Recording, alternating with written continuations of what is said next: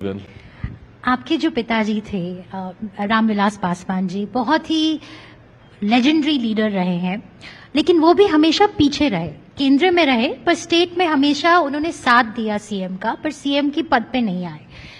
आपकी पार्टी ने मांगा है कि उनको भारत रत्न दिया जाए, तो उसके बारे में थोड़ा कुछ बताइए। और मैं ये बोलना चाहूंगी कि जैसे अभी आप कह रहे हैं कि आप सीएम नहीं बनना चाहते, then you are following your father's footsteps once again.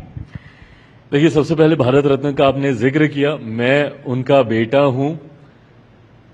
मेरा तो ये लालच रहेगा ही कि मेरे पिता को देश का सर्वोच्च सम्मान दिया जाए, बट व्यक्तिगत भावनाओं को एक तरफ रखते हुए मेरी पार्टी ने भी विधिवत तरीके से इसकी मांग रखी है सामने। और कारण है 50 साल से ज्यादा, ओवर 5 डेकेड्स राष्ट्रीय राजनीति में उनकी एक सक्रिय भूमिका रही। जैसा मैंने कहा कि 6 प्रधानमंत्रियों के साथ, और ये अपने में एक बहुत बड़ी उपलब्धि है। इसी की वजह से उन्हें मौसम वैज्ञानिक भी कहा जाता था। बट अगर भारत की राजनीति में अगर आप राजनीतिक नब्ज को समझ पाए तो ये अपने में भी एक बहुत बड़ी कला होती है। उन्होंने वीपी सिंह जी की सरकार में बतौर केंद्रीय मंत्री काम किया, देवेगौड़ा जी की सरकार में, आई के गुजराल साहब की सरकार में, अटल बिहारी वाजपेयी जी की सरकार में, मनमोहन सिंह जी की सरकार में, और मौजूदा प्रधानमंत्री आदरणीय नरेंद्र मोदी जी के भी मंत्रिमंडल में वो बतौर केंद्रीय मंत्री उन्होंने अपनी भूमिका निभाने का काम किया। 2 बार उनका नाम Guinness book of world record में दर्ज हुआ for winning by the highest margin. ये अपने में एक बहुत बड़ी उपलब्धि। और उसके बाद जिस तरीके से सामाजिक न्याय को लेकर, सोशल जस्टिस को लेकर उन्होंने हर सरकार में एक अहम भूमिका निभाने का काम किया।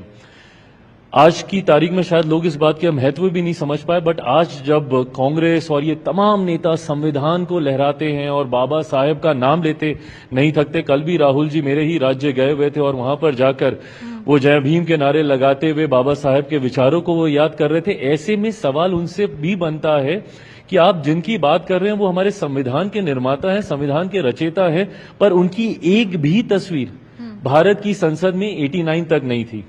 89 तक उनकी एक भी तस्वीर भारत की संसद में नहीं थी, जबकि एक पार्टी के तो भूल जाइए, एक ही परिवार के 3-3 नेताओं की बतौर प्रधानमंत्री तस्वीर भारत की उस सेंट्रल हॉल में थी।